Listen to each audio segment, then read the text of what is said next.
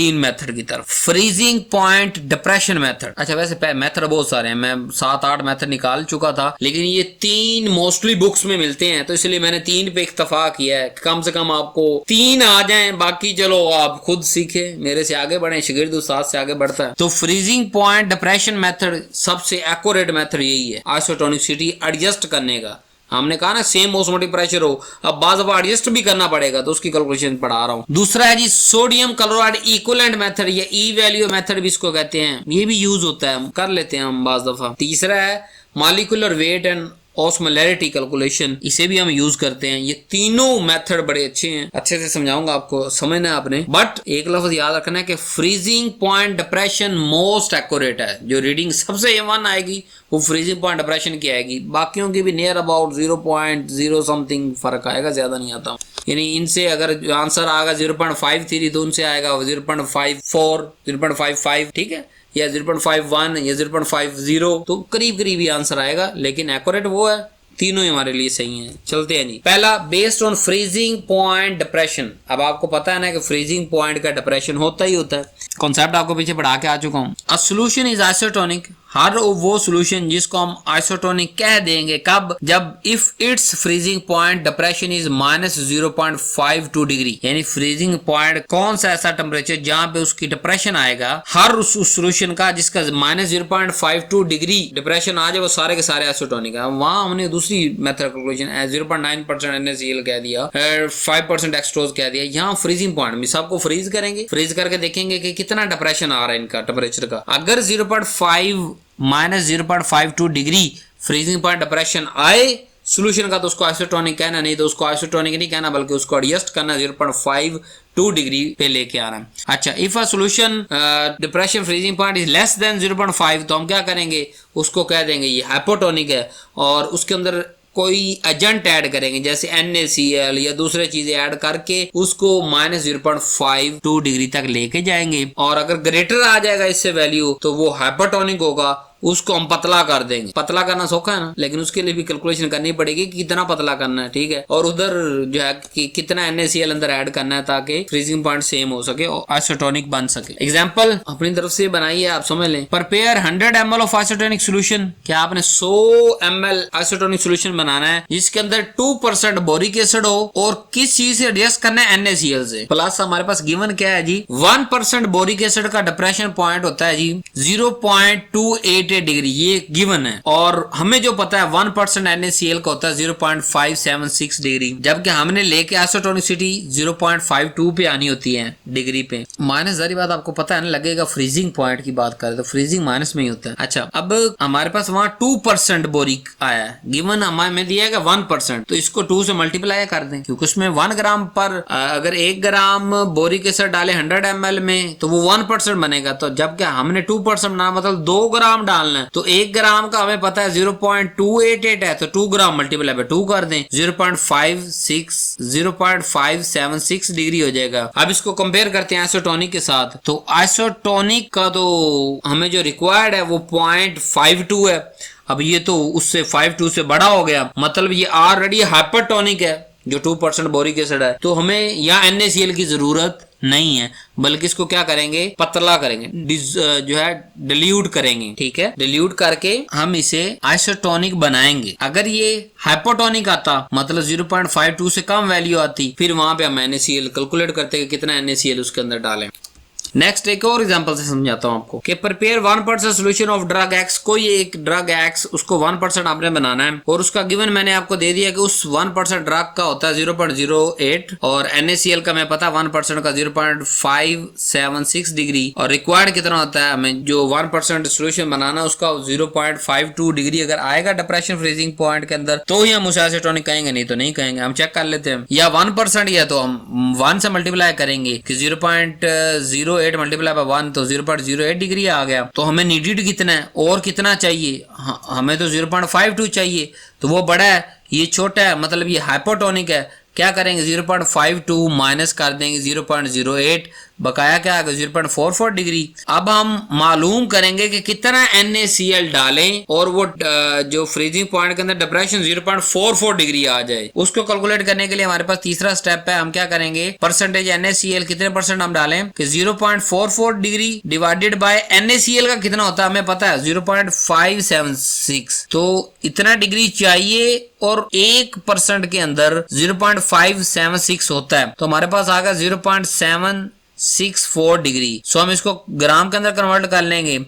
मतलब 0.5 परसेंटेज का ये मतलब होता है ना कि जितना परसेंटेज लिखा हुआ है उसको ग्राम 100 ml अगर बनाना तो उतने ग्राम डाल दो। तो ये 0.764% आया, मतलब 0.764 ग्राम पर 100 ml आप बना लो इसको सोल्यूशन। तो हम क्या करेंगे 100 ml बनाना ना हमने फाइनल, उसका वो 1% तो वो ड्रग डाल दी। अब और क्या डालना है 1% के अलावा 0.764 NaCl भी उस 100 ml के अंदर डालना है।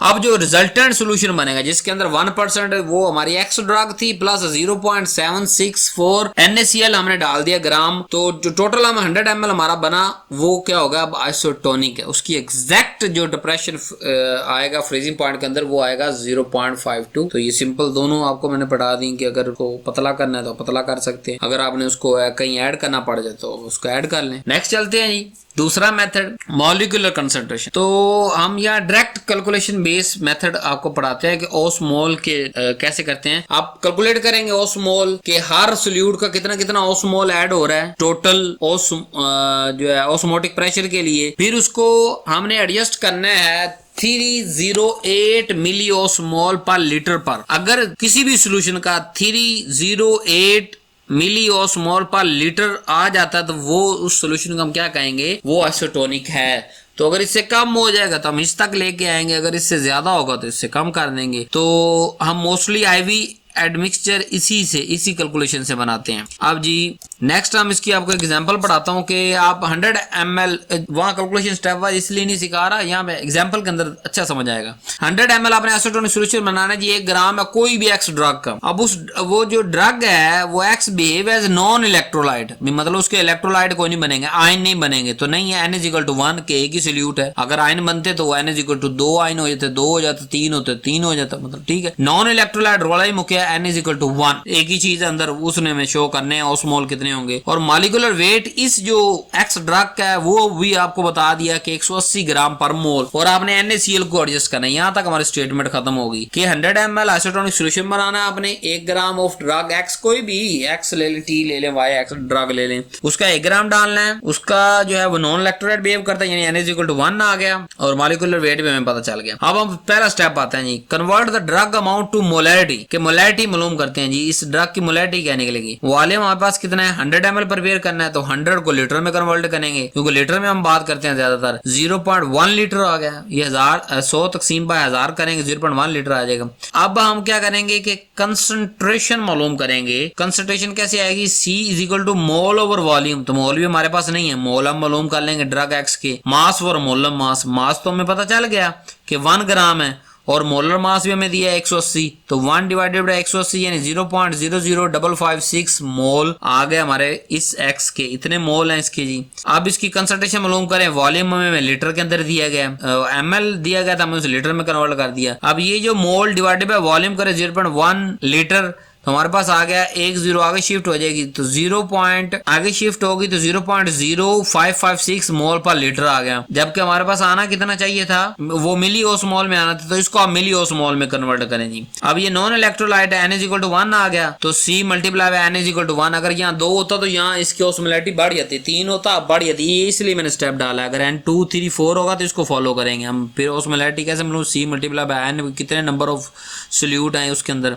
ये नॉन इलेक्ट्रोलाइट सिंगल ही है तो इसको आप 1 से मल्टीप्लाई करेंगे तो 0 पॉइंट इतना ही ये ओस्मोल पर लीटर शो करेगा, वो जितना आपने ऊपर मालूम किया। अब इसको मिली ओस्मोल में तकसीम करेंगे, यानी डिवाइडेड बाय जो है वो मिली में करेंगे, मल्टीप्लाई बाय 1000 कर दें। अब इसको तो क्या होगा 3 दर्जे आगे शिफ्ट हो गया, मल्टीप्लाई बाय 1000 करेंगे तो क्या हो जाएगा 55.6 मिली ओस्मोल पर लीटर। तो इस सोल्यूशन जो एक्स ड्रग का सोल्यूशन है वो हमें कितना दे रहा है 55.6, जबकि हमने डेफिनेशन के अंदर क्या पढ़ा है कि 308 मिली ओस्मोल पर लीटर अगर उस सोल्यूशन का होगा तो वो आइसोटोनिक होगा, नहीं तो नहीं। क्या है ये आइसोटोनिक है? नहीं जी, ये आइसोटोनिक नहीं है, क्योंकि 308 चाहिए था, ये सिर्फ हमारे पास 55.6 ग्राम आ गया जी, मिलियोस्मोल आ गया। अब कितनी कमी कितनी है जी? 252.4 मिलियोस्मोल पर लीटर की कमी है। तो इतना हम NaCl अपने तरफ से डाल देते हैं। अब NaCl सोडियम अलग, क्लोराइड अलग, N कितने 2 के बराबर है। मॉलिक्यूलर वेट हमें NaCl का बचपन से याद है 58.5 डिग्री ग्राम पर मोल।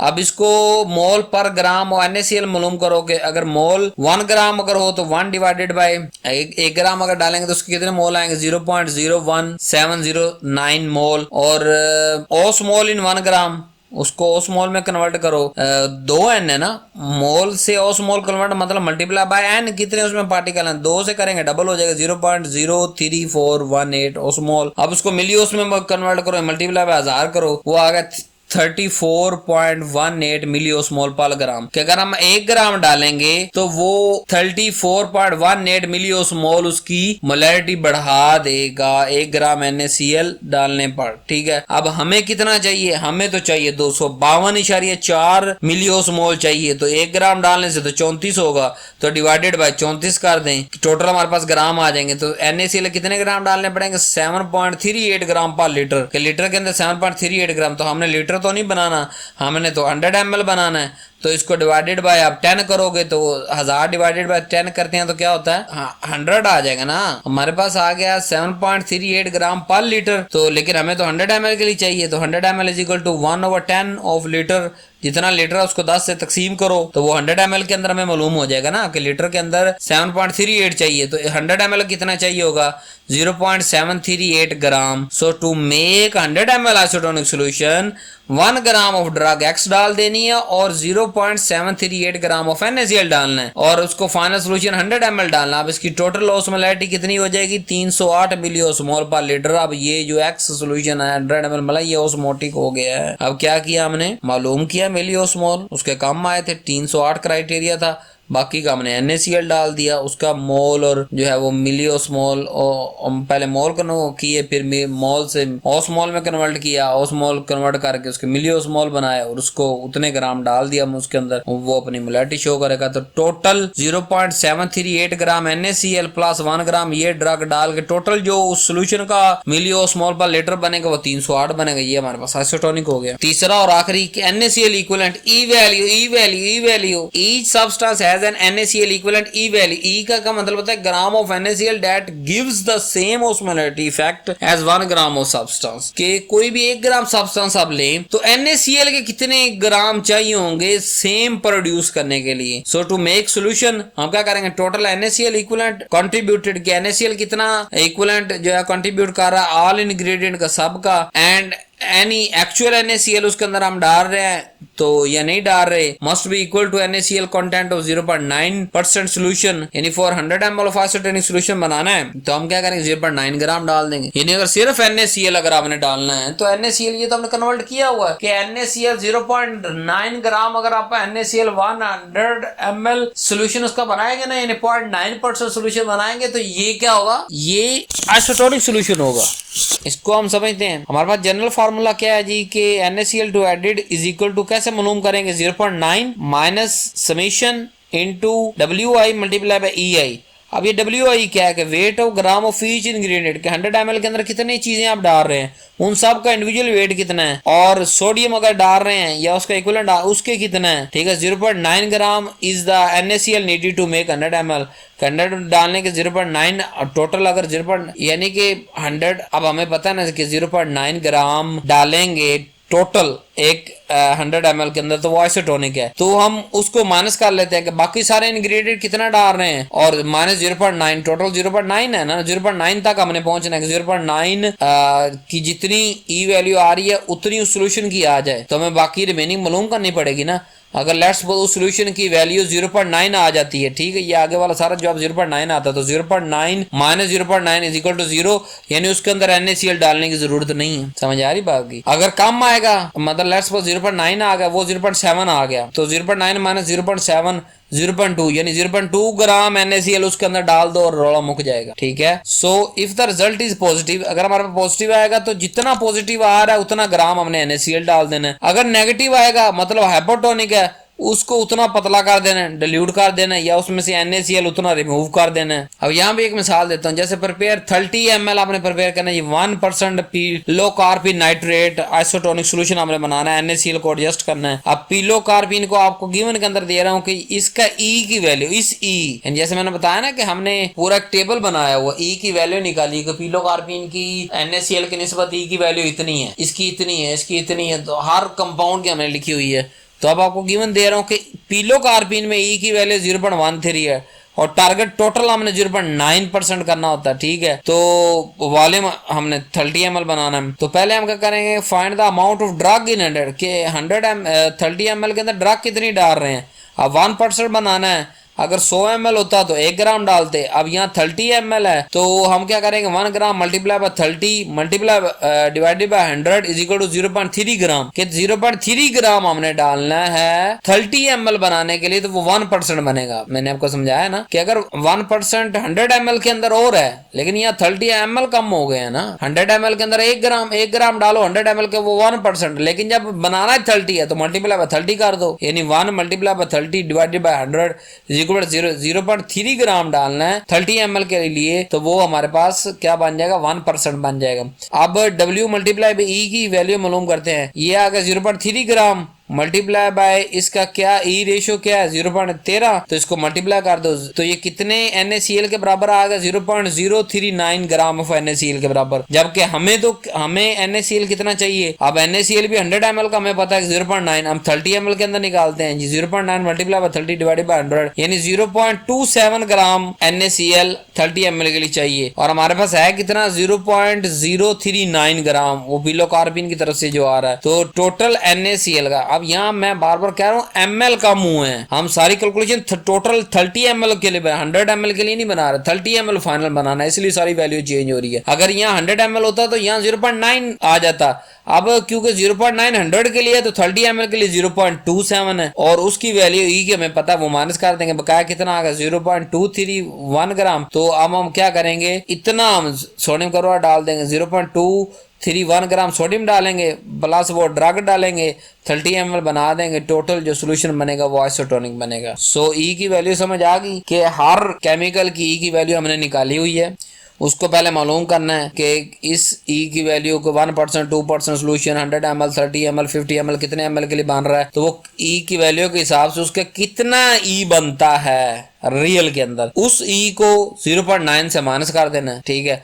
हमें पता चल जाएगा कि इतने ग्राम NaCl और डालना है, अगर 100 ml हो, अगर ना 100 ml हो 30 ml जैसे इस मिसाल के अंदर, तो 0.9 ग्राम NaCl 100 ml के अंदर है, और 30 ml के लिए कितना होगा 0.2, तो 0.29 ग्राम माइनस जो ड्रग दे रही है पिलो कार्पिन, यानी कि पिलो कार्पिन भी तो अपना अंदर शो कर रही है ना इफेक्ट, वो NaCl के कितने इक्विवेलेंट है, यानी यहाँ अंदाजा लगा के कह रहे हैं ना कि जी 0.039 ग्राम NaCl के तो पिलो कार्पिन की वजह से आ गए, तो इतने कम हो गए ना, टोटल 0.9 डालने थे, इतने कम हो गए।